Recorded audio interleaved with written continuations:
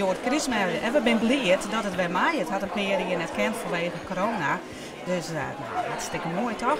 Alles rent wat in. Nu gezellig, hapjes en drankjes erbij en wat wil je nog meer? Olieballen erbij. Olieballen erbij voor allemaal. Ja, ik maak eigenlijk net reclame meid, maar er zijn best olieballen in de restaurant. Hoeveel olieballen heb je gebracht? Weet ik niet, ik ga ze net tellen. Het is in de crème erop. Dus we gaan zorgen dat op schaal in de bus dingen.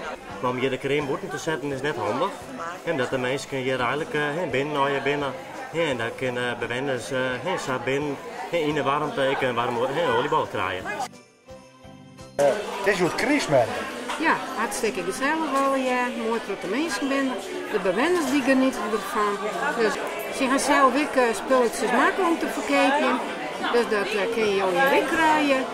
En suiker en enkel bewoners al even praten. Nou, ze genieten ervan.